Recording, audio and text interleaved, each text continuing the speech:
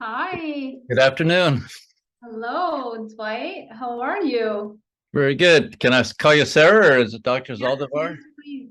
Sarah's fine. All right. Well, first of all, I really appreciate your taking the time. I know you're very, very busy, and I've learned a lot from watching your YouTube videos. I'm You've so introduced glad. me. Thank you so much. No, I really, really appreciate it. As you know, I've captured about four of yours and put them into small, short pieces that can be shared. But there's a whole lot more to get to. I just haven't got to them yet, but I wanted to let you know I really appreciate that. It's really helpful. Yeah, I mean, your idea is fantastic. I think we definitely need more of like bite-sized content pieces because you're right. There are a lot of people who won't sit for an hour long or an hour and a half long content piece, it's just not going to happen. And so it's good to kind of like reel them in a little bit, and then if they want to go and see the original version, then that's wonderful. But a lot of people, you have to kind of work them up to reach that level. So I think it's great what you're doing. So you said you're retired. Yep, yep. Okay. Yeah, what Just I found, it started with my son. He was pre-diabetic, then he became type 2 diabetic. And I okay. thought, well, I just have one chance to try to get him to learn something. If that fails, then it's very hard a second time, right? So, Right. so I started making some short videos, started with Ken Berry and Ben Bickman. Uh, and then it just continued to grow from there. And he did eventually watch some and decided to go on a diet. He's about 80% carnivore. He does intermittent fasting. He's lost 100 pounds in the last 9 months. So Wow. he's really improved a lot. So Wow. So that's your idea worked out. yeah, it's worked out in my family. I've had a few others that said, yeah, it was very helpful. But it's still a very small site, a little over Yeah. 2,000. But I notice your site is really growing, I think, Yeah, because but of I the people mean, you're interviewing and all the. You're you're doing great for having just started. How when did you just start? Well, about 2 years ago, I started making these, and then I made the website and all that about a year and a half ago. So it's been a while, but Yeah. I just try to do one video a day. I don't do any marketing or anything like that. But No, yeah, let me tell you something. It took me 2 years to gain my first 1,000 subscribers. So it's a yeah, long game. Eventually it speeds up though. yeah, I can imagine kind of a snowball effect. Exactly. So let's just keep this informal. I won't put the whole video on. I'll just take clips of the key points that you make. And I think what's most compelling for people is when they hear someone's own story Yeah. and some of the details, why they made decisions, what were the effects, what were their options. And then if you could tell us about maybe a couple of your clients without giving Mm, their names, that would be great. So I can sure. kind of ask you a question and then you can just answer in any way you'd like to. Okay. Yeah, yeah, sounds good. Okay. And I'm recording this so that's Yeah, just so you know. I know. Okay. So could you give us, you have a very compelling story. You were born in Lebanon, um, had some challenges in college, that sort of thing. Would you mind telling us that story? Yeah, so I am originally from Lebanon, lived all my life there. I did my bachelor's and my master's in nutrition and dietetics over there. I became a licensed dietitian over there, and then flew into Miami and did my PhD in exercise physiology and nutrition at the University of Miami. Also, I was a certified personal trainer in Lebanon. And then I also became an ACSM, which is the American College of Sports Medicine Exercise Physiologist certified, which is also like certified personal trainer, but like at a higher level. And really the only reason I got that certification was because they recruited me to teach for them and train anybody who wants to take the ACSM personal trainer certification so I would literally train them to pass the exam because it was the hardest exam. As a matter of fact, the ACSM personal trainer certification is the hardest to pass with a 60% passage rate from the first try. And so what I would do is conduct those intensive 3-day workshop where I would go over like the whole curriculum and tell them what they really need to focus on so that they would go and just focus on those things, you know? So yeah, did that, you know, taught at the University of Miami, Miami-Dade College, nutrition and exercise physiology courses. So I've been in the fitness field for a very, very long time. And initially I wanted to get into this field because I figured this is my shortcut to get fit and lean, because I've always struggled with being overweight and depression and anxiety and acne and everything you can think of.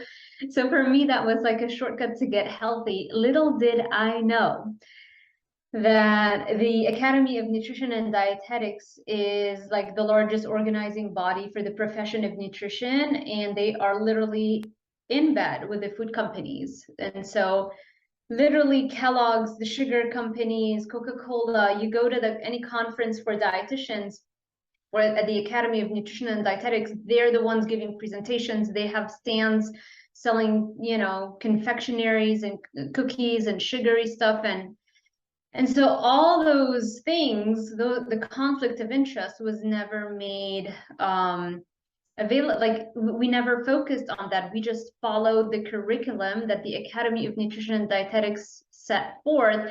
And a lot of the world follows what the academy says, because like in Lebanon, it's a developing country. We don't have the resources to have our own thing and come up with our own dietary guidelines and make our own research. There's barely any research.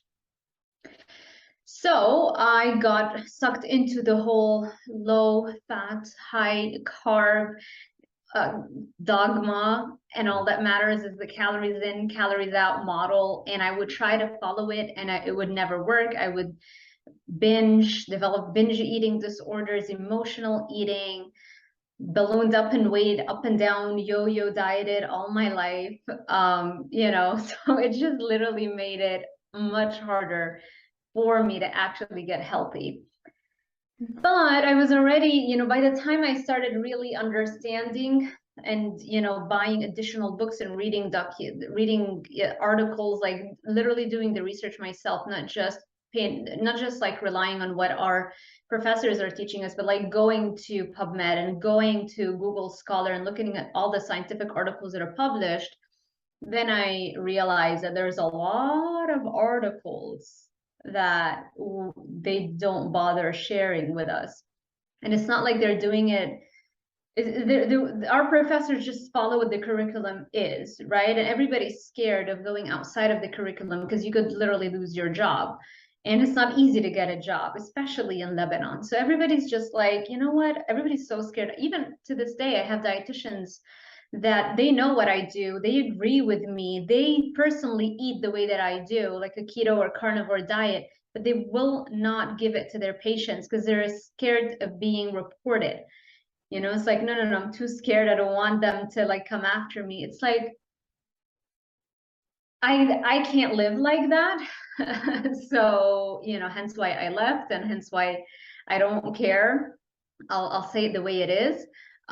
There's no amount of money you can pay me to live like a hypocritical life, you know, because if you think about it, a prostitute has more dignity because it's like a very clear transaction. It's sex for money. There's no hypocrisy there. Imagine you with all the education and everything you know and everything you worked hard for, but yet you are forced to live a hypocritical life. Right. So yeah. So what happened later? I came to Miami, and I also stopped living as much in survival mode when I came to the States. And so I had more bandwidth freed up to dedicate to research and really be able to get to the root cause of why I'm struggling with weight and all that kind of stuff. And that's how I discovered keto. And from there, read The Plant Paradox by Dr. Stephen Gundry and discovered, wait a second, plants have toxins now? They have self-defense chemicals? What? How can no one even mention it in decades of academia? And not just academia, like I worked in research at every single major university. I've been to 3 big universities, and for my bachelor's and for my master's and for my PhD, not one of them, it never came up. And it had to come from a vegetarian. I know, that's the biggest irony right there, right? Who still, by the way, eats some veggies and recommends a plant-heavy diet, which is like mind-blowing. I don't get it. But I guess this is what happens when you spend your life in Loma Linda, you know, and just like that brainwashing. It's like you see the light a little bit, but you can't really see all of it. Right. You know? I'm sure he's constrained. He can't tell maybe what he really thinks. I don't, yeah, I don't get it. So, and you know, from there, you know, started, I would still struggle with binge eating. So every once in a while, I think I'd be doing good on keto, but I'd still have cravings because on keto, you're still eating some carbs. There are still some keto treats here and there. All those things trigger cravings. You know, the more you eat of them, the more cravings you get. And so every once in a while I'll have like a meltdown and I'll just be having a binge. And but see, what I would do is like I would be watching something to try and find answers, even though I know I'm like in a meltdown. But I'd be like watching a Joe Rogan podcast or something, or buying books. And every time that would happen, I would come across like Mark Hyman and functional medicine, and I would read his books, or you know, read the Plant Paradox, or watch the Joe Rogan interviews with Sean Baker and Paul Saladino and the Petersons. And you know, slowly but surely, I understood the whole picture, and then transitioned towards carnivore, and it was the best thing that I ever did. So I'd like to ask you 3 questions. So first, what were your doctors or your therapists saying to you as you were struggling, say in Lebanon and even at the University of Miami? Yeah. Were they saying you're just not following the guidelines, or your own, with their advice, or what were they saying? Just see, the thing is, even like I remember one of my professors, I would go see her as a dietitian, like as a client, and her as my dietitian outside of school. And you know, she would just like calculate my calories and be like, okay, those are the calories you need to eat. I remember one time we were talking about Atkins, but there was no, I couldn't feel like she was like, yeah, like let's do low carb. Like there was never an enthusiasm on her part to clue me in that that's like a good move, you know, to go into low carb. So I never really did it. I just always followed what they gave me, and eventually it wouldn't work, and I would always blame myself, you know, be like, well, I'm not following it, you know, you know, maybe I just need more discipline, blah blah blah. And that's, I never like followed up, you know, you keep seeing the dietitian over a few weeks and then eventually you give up. Yeah. So yeah, that was how it was.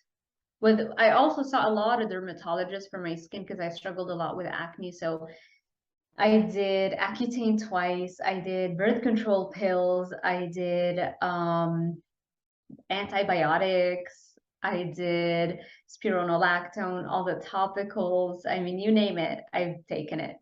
And that was also another major reason I started getting into like alternative methods and digging or doing my own research, because okay, the traditional thing wasn't working for my skin, nothing cleared my skin.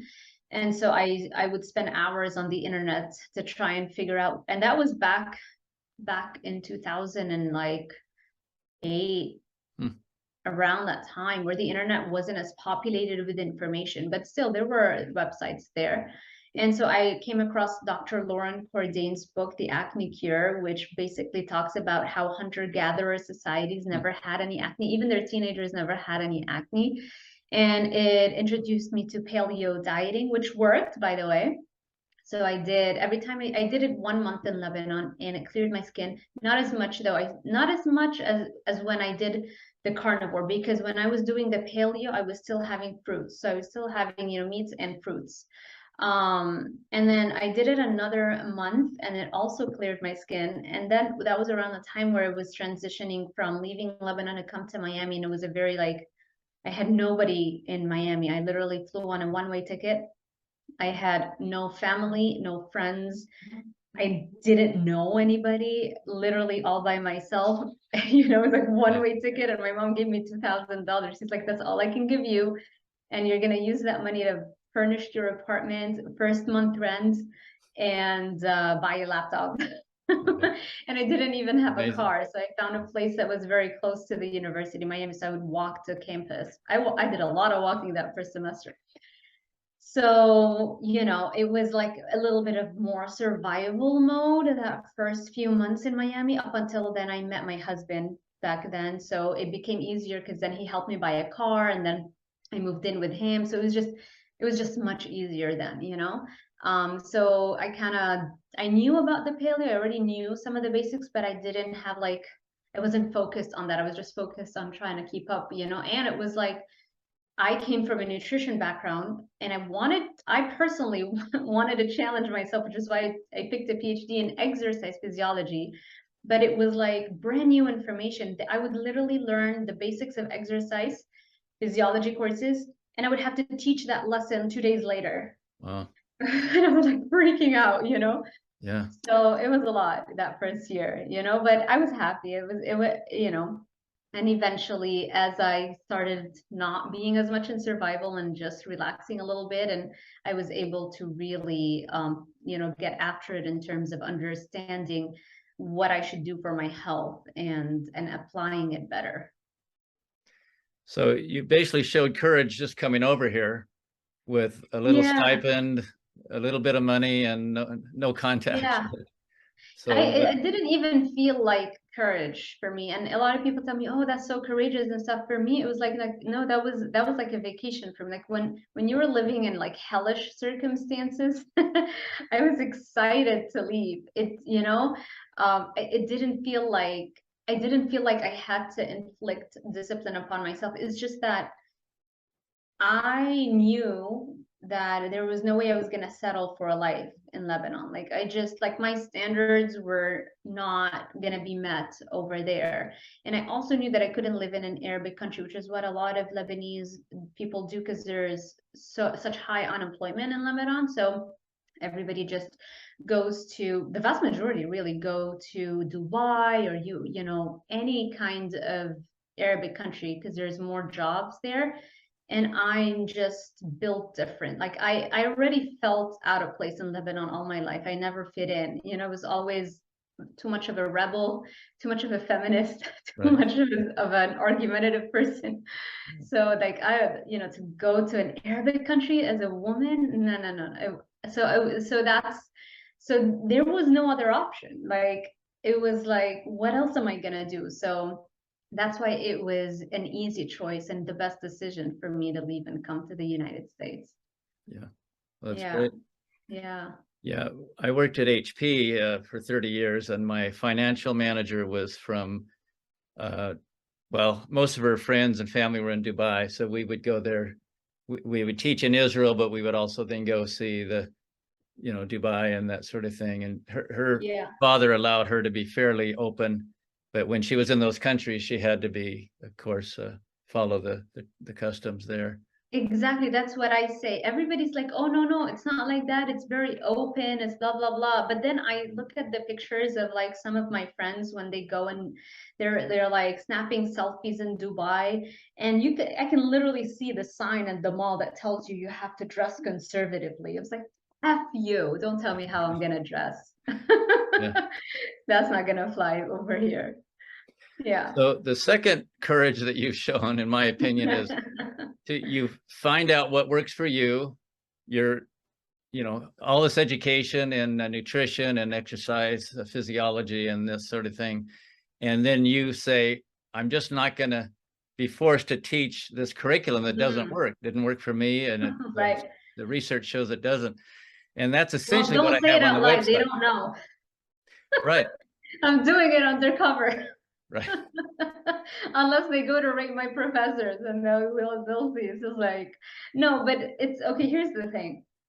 I do it as a flipped classroom. So they go over the lectures, which are the basics, which, you know, there's only like the basics are the basics, you know, carbs are broken down into glucose and, you know, like sugars and like fiber and starch. Okay, fine. Those are like basic stuff, chemistry. So they learn those things. It's fine. It's somewhat based off of the textbook and what they need to know. But when we meet, it's all discussion and Q&A. And so you are allowed as a professor to share your opinions when you get asked questions about everything. And so That's great. I definitely share my opinions. That's great. Yeah. But to me, I mean, you probably sacrificed pretty lucrative career at the University of Miami and being their main nutritionist at that one program. But Yeah. you knew that, you know, they wanted to follow the Mediterranean diet. They didn't want to go with your recommendations. And that takes some courage to back out of that. See, again, like I think when you put your standards at a certain level of what you want for yourself, when you raise your standards, it no longer feels like it requires courage. So I think there are a lot of stories that I have done throughout my life that if I told you about, you'd be like, yeah, you're like so courageous. I'd be like the person who always spoke up when there's something unfair in the program. Like none of the other students, everybody just follows the herd. Nobody wants to make any waves. And I'm like, no, this is BS. I'm gonna speak up. This is wrong. So I guess it looks like it's very courageous. And I guess maybe that's what it is. But in the specific case of the position at the University of Miami, it's like when you feel like it's wrong, what is being done is wrong, it doesn't feel like a lucrative job position, you know? And like compared to what you can do as a YouTuber, as a content creator, the sky is the limit. Like the goal is to be at least in the millions of dollars. Whereas a job as an employee, you'll always be capped as at best 150K.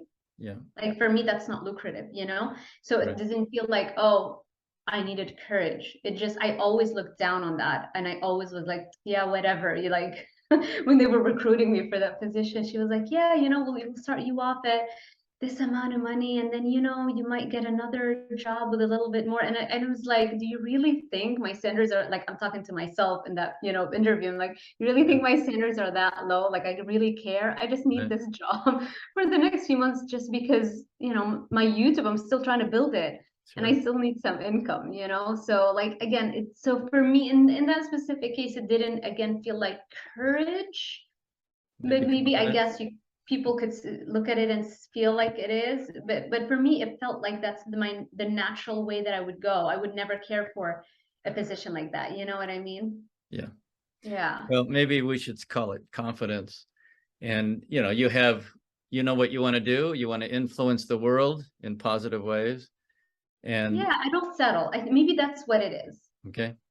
I don't settle. I feel like every time I don't settle, I always win. And every time you try to convince yourself that this is good, this is whatever, you're settling, you always lose. Yeah. That might be a good way to describe it. So you mentioned once in a while you binge. A lot of people still have some cravings, but I think some people actually lose their sweet tooth. And they simply don't have those cravings anymore because things are simply too sweet. It's like drinking molasses if you're going to have a Coke or something. Do you feel that way? And what do you think about losing your sweet tooth? Is that possible over time? 100%. That's the main reason I feel like, one of the main reasons that I do carnivore is like, that's the diet that you're going to have the least amount of cravings on, if any. They just don't exist anymore because cravings are one of the stages of addiction. So you eat an addictive food, you have that high, and after the high comes the withdrawal stage. You know, you go back down and you enter that withdrawal stage where you have now cravings and you don't feel too good and low energy. But cravings is a major hallmark. Cravings is simply a reaction to an addictive behavior. You remove the addictive behavior, which is the addictive food, the cravings disappear. And so in a carnivore diet, there's nothing that's addictive. You know, you're not eating anything processed, you're not eating keto treats, you're not eating anything sweetened.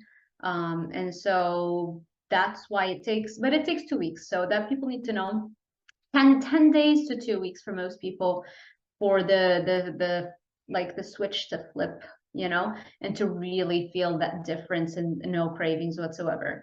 And so this is why it's so important to keep that in mind and just stick to it and know that it'll pass. If you're struggling in the first few days or whatever, like just stick to it at least 10 days to 14 days, and then it'll be smooth sailing after that. That's great. Yeah.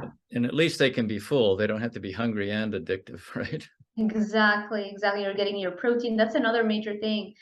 When you're eating meat, you're getting high optimal levels of amino acids and protein. Protein is broken down into amino acids in the body. And amino acids are the building blocks of your brain chemicals that regulate your mood, like dopamine and serotonin, acetylcholine, etc. And a craving is a deficiency in one of those or a bunch of those neurotransmitters or brain chemicals. And so when you have a craving and then you eat something addictive, it's your attempt at boosting levels of dopamine, serotonin, acetylcholine, all those brain chemicals. You're literally just trying to regulate your mood. And so when you're eating tons of protein, you have ample supply of those amino acids, and you stimulate your own brain's production of those brain chemicals. And so you're far less likely to feel like you have a deficiency in those brain chemicals that needs to be boosted by some external addictive source, if that makes sense. Yeah, it absolutely does. Mm-hmm. So, okay, I had a follow-up question, but I forgot. About oh, tell me so many what's things. Trust me, I have no shortage of topics to talk about carnivore. So, you know. No, and you go into such great detail, like you were talking about free radicals and having an extra, you know, some of the chemical molecule. Yeah, the brain issues. chemicals that, yeah, that's what people, you know, they don't realize that it's like the craving or the addictive food consumption is strictly a way to just regulate your brain chemicals. It's really as simple as that. That's actually another reason why I think exercise is so important. I think it's important to bring that up because a lot of people in this sphere aren't encouraging as much physical activity. And I think it's wrong because when you exercise, not only do you boost your brain's chemicals production, but not only do you boost it during the activity, but you also stimulate a higher baseline level of those brain chemicals. So now it's not just when you're running that you have all the dopamine and the endorphins being produced. It's also when you wake up in the morning. It's also at rest. It's also when you're not working out. It's like now 24/7. You literally have fundamentally changed the chemistry of your brain so that now you're always happier. And so like your baseline mood level is elevated. And this is why you see the studies that show that just simple exercise can be just as effective, if not more effective, than taking antidepressants. And that's when you're basing it off of the antidepressant medication studies that have been allowed to be published, because we know that there's a huge bias in the literature where when you have most of those studies anyway are funded by the pharmaceutical industries, and so when you have studies that don't show any advantage of those drugs for alleviation of depression, they literally will not publish them. This is because this has been happening for so long and at such a huge scale. This is what has pushed this the clinical trial registration thing, where now every study you start, you have to register it. It has to leave a trail where it's like, okay, somebody started that study in that university or that company. What happened? If it never gets published, at least we know that, okay, something happened there. Why did it not get published? Good point. Yeah. Yeah. So a good researcher knows how to find that out, right? Just like they read the actual data, not just the clinicaltrials.org, I think. Yeah. Inflammation. So since I've been carnivore for 3 years, and it feels like I virtually have no inflammation, right? Exactly. And I think you were interviewing Lily Kane, I believe. She said she just loves to wait till she goes to bed and dream, because her dreams are so fantastic now. And go out in the sunshine. You don't worry about sunburn, and as long as you build up some tan over time. How do you feel about your body, your inflammation? First of all, can you define inflammation? Is it just simply too many free radicals, or how would you say inflammation? Yeah, it's too many. So whenever I say inflammation in the body, it simply means that there's a lot more inflammatory molecules in your blood and circulation.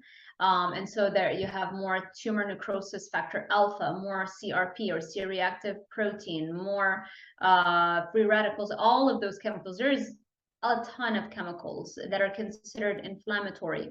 And so you just have a lot more of them overall circulating in your blood and reaching your tissues.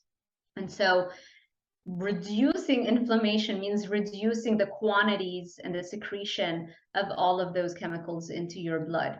And I think that's, again, another major reason why I stick to a carnivore diet and why I recommend it, is because there are no more aches and pains. You know, like when I'm training hard every day, I don't have to feel sore for, you know, 2-3 days. I'm constantly thinking, is it time to do a recovery day? There's none of that. People don't realize how much of those aches and pains and waking up with a sore neck or a sore joint or whatever, that's not you getting older. That's inflammation buildup from the plant toxins that you're consuming, thinking it's healthy for you.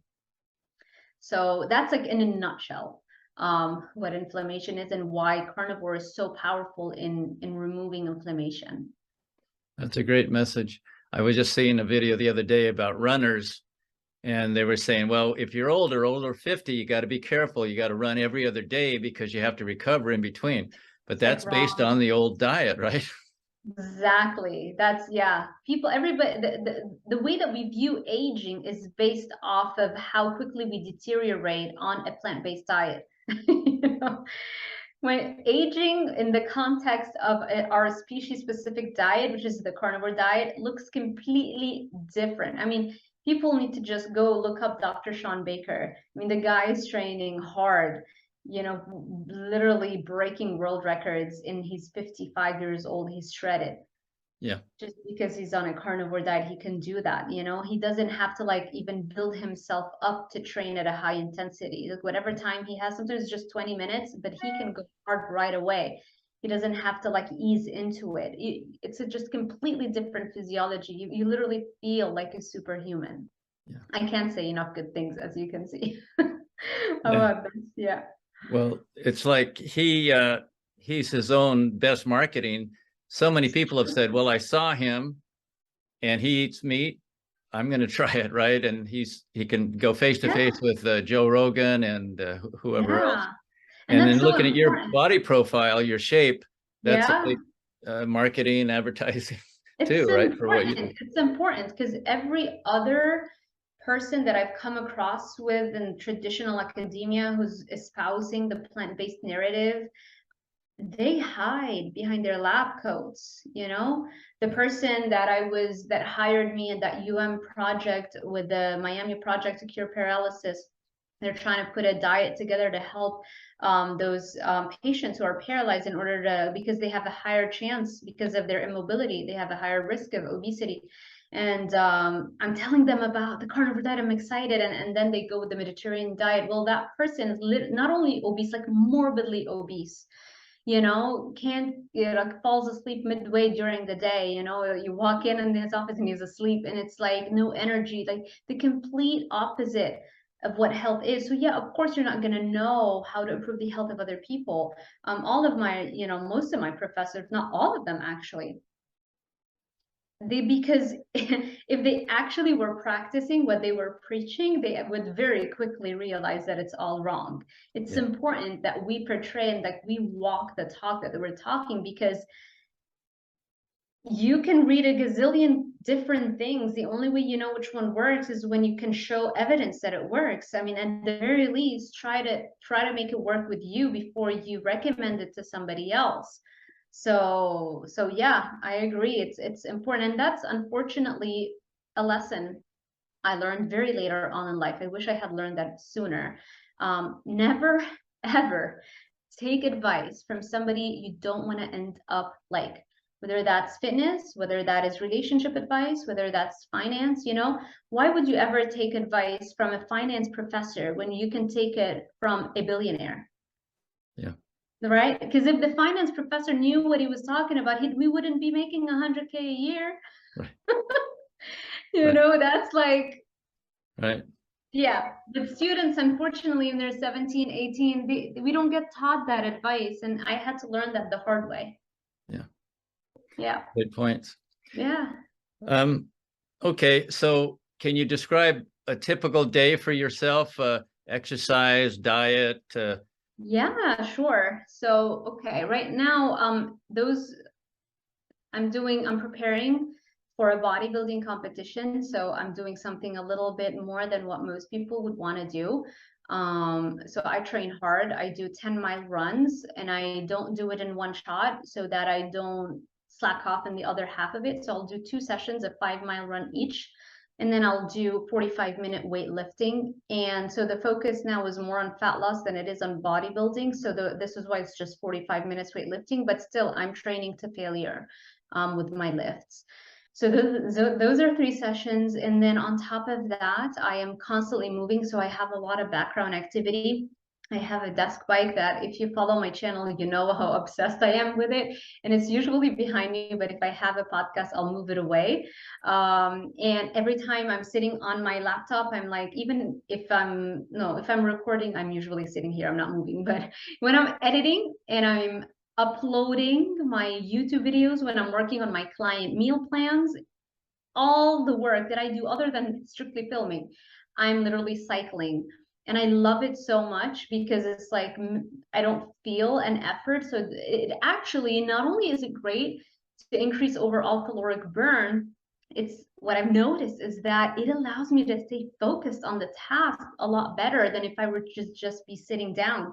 Because I have a lot of like ADHD tendencies, so I want to constantly be moving, and that keeps me occupied in a way, and it literally allows my creativity juices to flow better. So that's for my overall activity. With regards to my diet, it's pretty much the same thing. Eggs and bacon for breakfast, and then I'll do a whole lot of ground beef. And now recently I'm adding to that baby Swiss cheese slices on top. I don't necessarily react.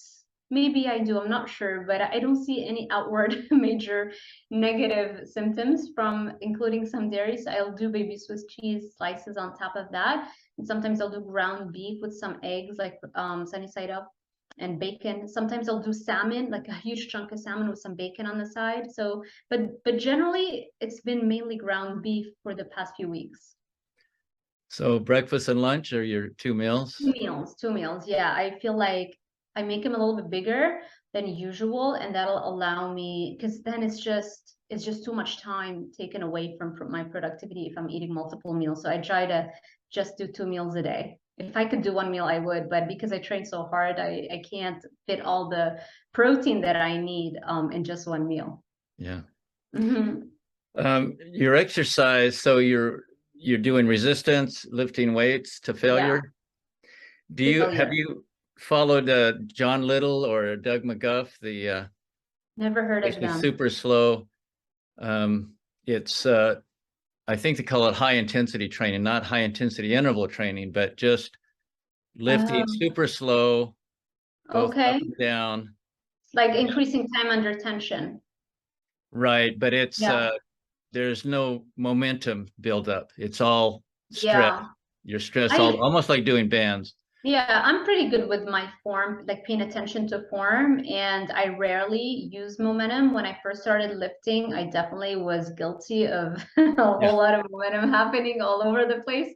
Right. I feel like over time, especially that I train with my husband and he's also a bodybuilder, like he's on top of me. He's like, I see what you're doing. You know, just pick a lower weight and do it right. It's like, oh my God, okay, why do I even come here with you? So yeah, there's really I'm good like with that. But I feel like you're never really good. You always want to get better. Yeah. And I'm always like every once in a while, I'll make sure that I take a session and not worry too much about the total amount of weight that I'm lifting and just pay attention to the technique, you know, and just go a little bit slower and easier, and then just making sure is my technique always like is my form right, and that keeps that mind muscle connection done the right way, you know, so that when you are lifting heavier weights, you're still doing it with the right form. Yeah, that's great. Yeah. Okay, thanks. So let's have you tell a story or two about a client or two that you think would be good. Yeah. So I'll tell you the most fresh, recent story. I have so many, but I think those two are great because it's unexpected. Most people expect me to tell you how much weight clients are losing, but we already know that it's happening effectively on a carnivore diet. So I'll tell you something a little unexpected, like a client who was 55 years old, menopausal, haven't had periods for a while, and started working with me. We did the carnivore diet, and she was like, I wake up one day, because I have client check-ins. So every 3 to 4 days, they have to send me a check-in email with their fasted weight scale and actually we also have unlimited email support. So we're constantly in communication, even throughout. So one of these days I wake up and she has this email. She's like, you won't believe what happened. I got my period back. And then a month later, she gets her period back again. And this is literal reversal of aging. This means your body went back to pumping out the hormones, the sex hormones that are crucial for overall health. I mean, it's crucial for bone density, for everything. You're literally seeing a reversal in the aging process. And so I thought that was mind-blowing. Another student that was a student of mine, she was taking my class, and I'm always talking about the carnivore diet.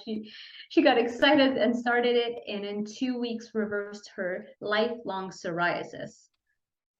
And like, she couldn't believe it. I was like, okay, let's tell the class. And she shared with the class like all the symptoms and everything. And her name is Franny, and I think I posted her on my website because I was like so excited. So, you know, I see things like that all the time. You know, my husband's low back pain completely resolved the moment he took out spinach. Lifelong low back pain that was crippling to the point where he was about to get a surgery that was risky. And he really, really tried hard to keep postponing it because it was like so close to the spine, had risks in it. And already like had got to a point where he scheduled like the whole appointment and everything. And that was around the time where I was into carnivore, and like, you know what? The only plant food you eat is just spinach. So, I mean, you're already eating animal based, might as well take that out. And lo and behold, who knew spinach was the cause of debilitating low back pain? And by the way, he has a bulging disc, like on the scans. The bulging disc is still there, like the mechanical problem is still there.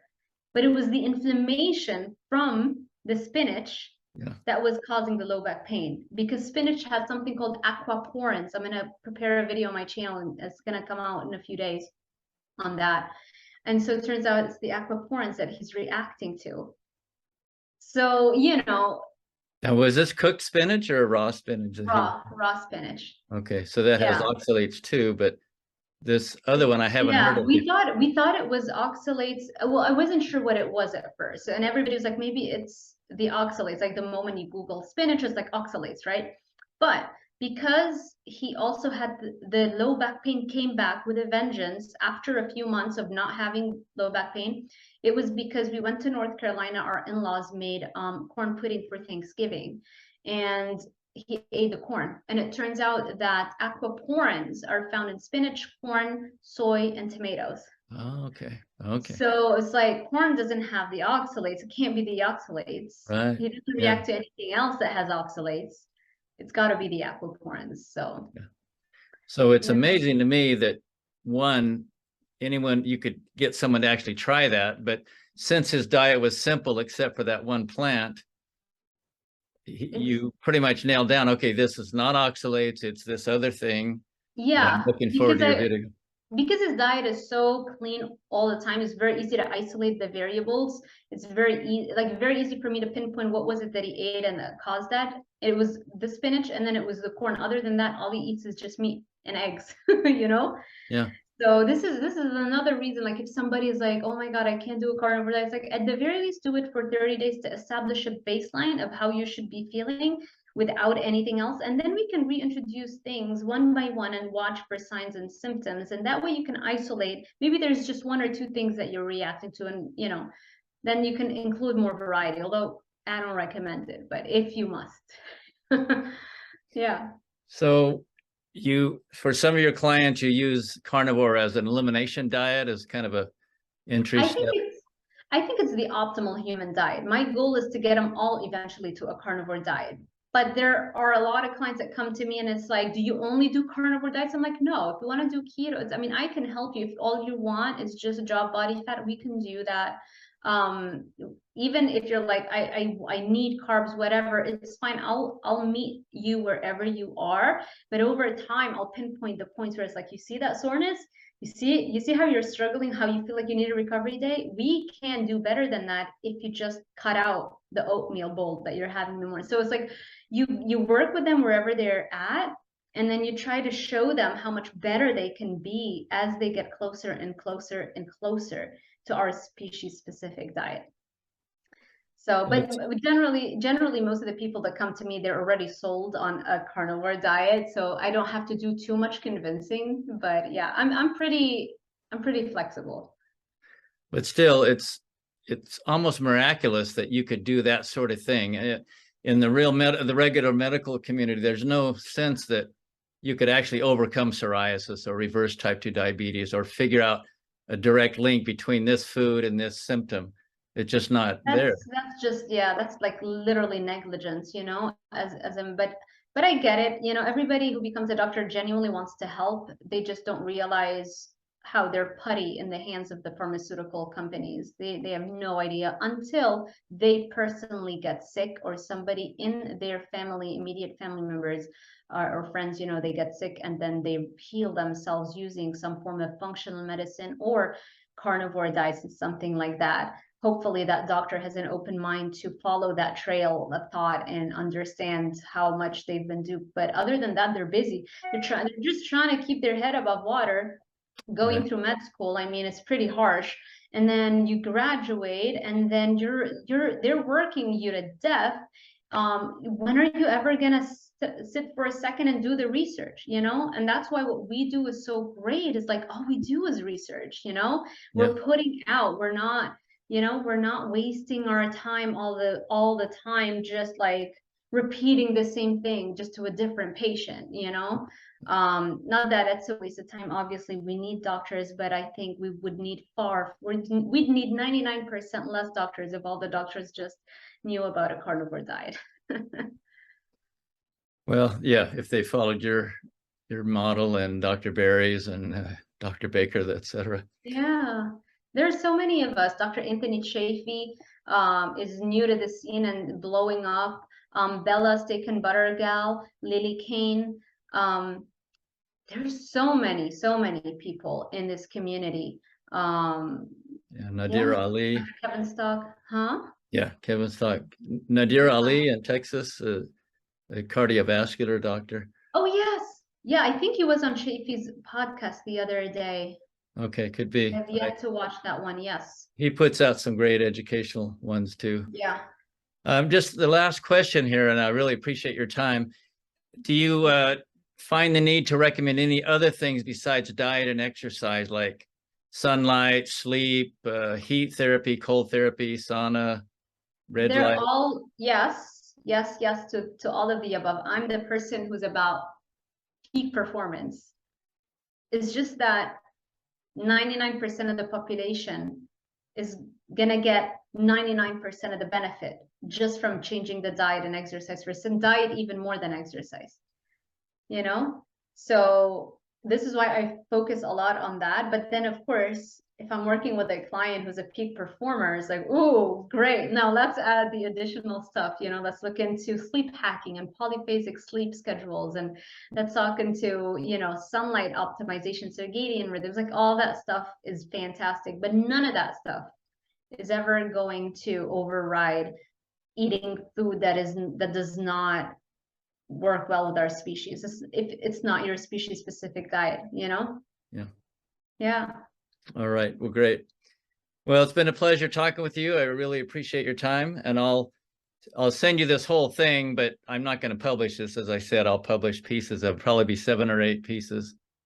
Sure. If you want, I could publish it too. If you want, that'd be fine. You can do with it what you'd like. That'd be fine with me. Yep. Yeah. Okay. We could that way the long form would still be there, and then you'll have the summary version, and then people can choose whatever they want.